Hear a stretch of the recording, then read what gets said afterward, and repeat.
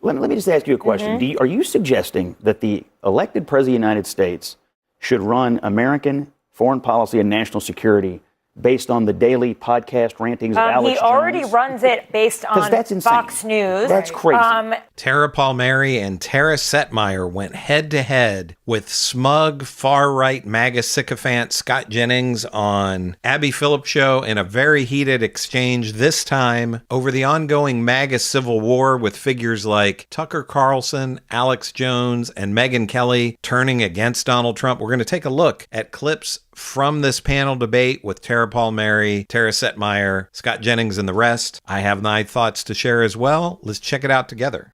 Is President Trump too far gone for some of MAGA's biggest voices? Well, cracks in the base have been forming for months now, but the war with Iran appears to be the tipping point for many of them. It is vile on every level. It begins with a promise to use the U.S. military, our military, to destroy civilian infrastructure in another country, which is to say to commit a war crime, a moral crime against the people of the country, whose welfare, by the way, was one of the reasons we supposedly went into this war in the first place. There will be nothing like it. Open the effing straight. How dare you speak that way on Easter morning to the country? Who do you think you are?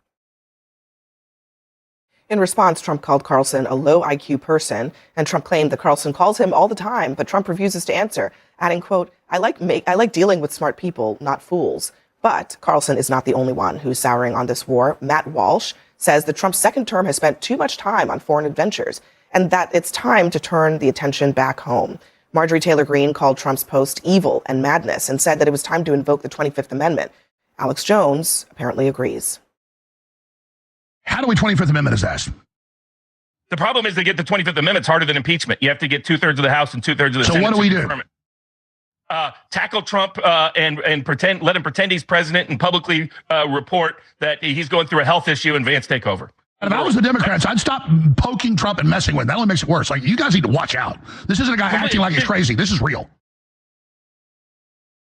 Now, by no means am I suggesting that any of these people are authorities on much, but these are Trump's people. These are the people that Trump used to get elected the first time and the second time. And so the turnaround here is really stark, Scott.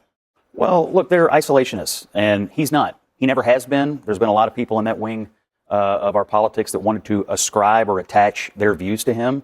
He just never has been. He wasn't in his first term. He hasn't been in his second term. He's been a hawk on Iran his entire adult life. And I see some of these people now saying, gee whiz, we had no idea Donald Trump hated Iran and thought they shouldn't have a nuclear weapon. I mean, take the car key out of your ear. For goodness sakes. Like, this has literally been his position since he was like 30 years old when the regime took over. So I don't know what they've been listening to until now, other than this.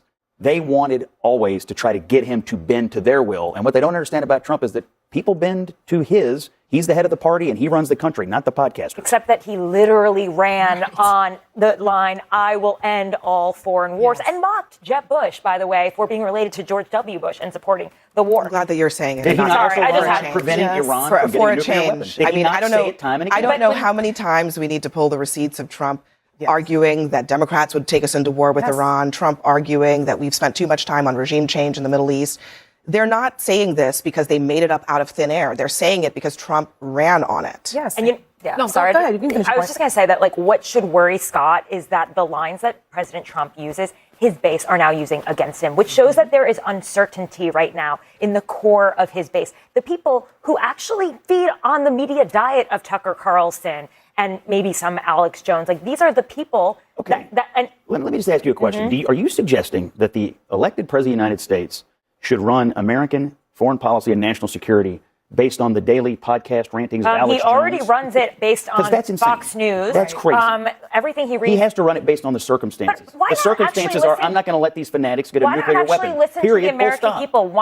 Only one in four Americans actually supports this war. 1 in 4 Republicans actually supports this war. That's false. Republicans So support the president. just to note, Republicans support the despite what president. Trump They said support the president. in that New York Post interview. I love Tara Palmieri pointing out that Donald Trump, to Scott Jennings, that Donald Trump is running the country based on Fox News. He has a D-list former Fox News host running the frickin' Pentagon in Pete Hegseth. And Scott Jennings is going to deny that? You know, what's such nonsense about all of this is a year ago, Scott Jennings was saying how great Tucker Carlson was. They were all saying how great Marjorie Taylor Greene was because she was the number one fundraiser for the Republicans. But there can be no criticism at all of the dear leader in Scott Jennings' mind because he is there to suck up to Trump and that's it. But mark my words, in 3 years when Trump is out of there and his approval rating is even lower than it is now and he's further destroyed the country, Scott Jennings is going to be saying, Trump, I never supported Trump.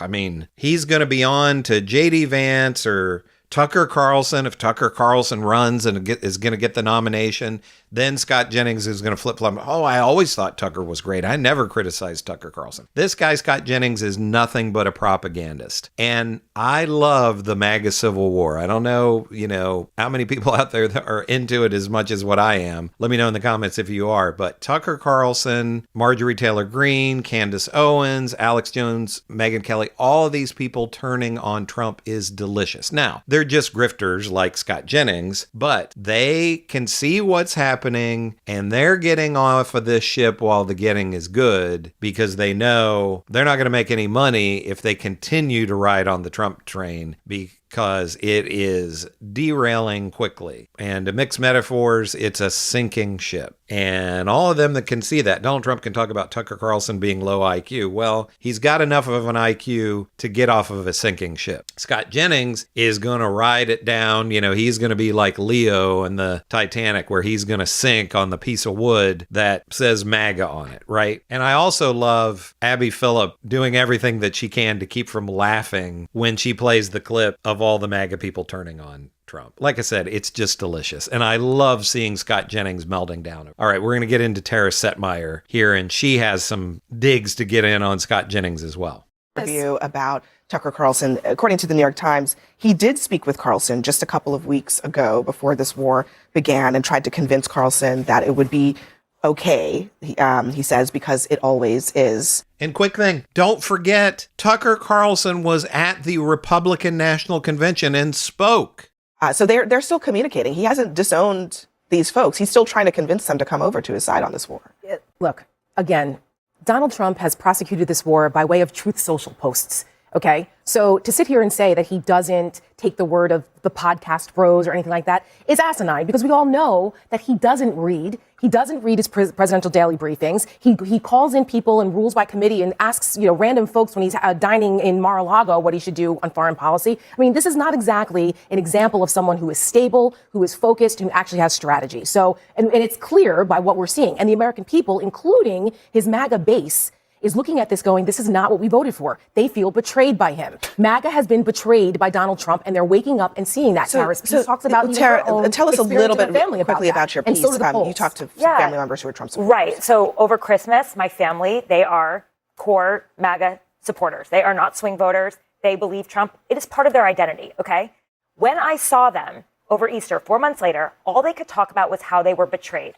They were betrayed. They did not want to go into a war where there was no endgame. They were fearful that there would be a draft, that their children would be drafted one day. They saw Afghanistan, or they looked back at Iraq. They thought, this is not what we signed up for. It's more expensive, inflation. None of the things that they thought that President Trump was going to do were actually happening. And there was uncertainty. Things don't add up. That is what they kept saying. And they started asking me questions. And believe me, I'm a black sheep in the family. Okay? Congressman, if you have 40 seconds. I was just going to say one thing that the craziest pointed out that I think is right is domestic stuff. And there's been a lot less focus on people are struggling with high costs. They're getting crushed right now. The tariffs, now the gas prices, rent, energy prices, and that is not part of the conversation, and that's got to be part of the conversation. I think that's been lost. I think it's one of the things pissing everyone off on his base. Well, it's been overshadowed, too. Well, also because the numbers show it. We have a record number of veteran foreclosures because Trump has cut what's gone on at the VA. We have record numbers of bankruptcies for farmers because Trump has betrayed them. We have less jobs created under Donald Trump than we did under Joe Biden, that he's betrayed our blue-collar workers. So it's reflected in the polls, Scott, and I don't think you're telling the American people they're stupid for what they're feeling, are you? We got to leave it there, everyone. Thank you very much for being here tonight. And next for us, It's unfortunate that they didn't let Scott Jennings respond to Tara Setmeyer because the cope would have been hilarious to watch. The mental gymnastics, the logic pretzels. Scott Jennings does all of that. I love Tara Setmeyer saying here that Donald Trump doesn't read and can't read. You know, that just pisses Scott Jennings off to no end. To, oh my God, to say that the dear leader can't read, doesn't read, when we all know that's the truth. How many reports have we seen of that? So this one was a quick one. I just wanted you to see. I loved seeing Tara Palmieri. I don't think I've ever done a video with her on my channel, but really going after Scott Jennings there and just seeing Scott Jennings twist himself into knots to lick Trump's boots like he does every night that he's on Abby Phillips' show. It's going to be interesting to see what impact this MAGA Civil War has. I do think Scott Jennings is right that the Republicans, they're still with Trump. I mean, anybody who calls themselves a Republican at this point is MAGA. There's no difference between the two. And they're almost all in on Donald Trump. But he has taken somewhat of a hit. And as things continue to get worse and worse and worse, the economy continues to go down. As Tara Setmeyer, or I think it was Tara Setmeyer was the one talking about the veteran foreclosures. Donald Trump doesn't give a shit about veterans. We know that. It's been incredible to see the way he has talked horribly about veterans over the years, about being suckers and all of that. But still, they love him. But is there enough of that loyalty being taken away that it will really make a big difference in the midterms? We'll see. They are handing it to the Democrats on a silver platter if only the Democrats will take that. This should be an easy election in the midterms for Democrats. I'm keeping my fingers crossed. Even though I have no great love for the Democrats, but I can't imagine anybody with any sense voting for a Republican at this point in time. Let me know in the comments what you think about all this. Do you agree with what Tara Palmieri and Tara Setmeyer had to say in going after Scott Jennings and Donald Trump over the MAGA Civil War, or are you on the side of Scott Jennings? I know there are people out there that love him. I can't imagine. The guy is just such a weasel, but I know they're out there. But let me know what you think about this clip from Abby Phillips' show. I am Chris on Culture, and I'll see you in the next video.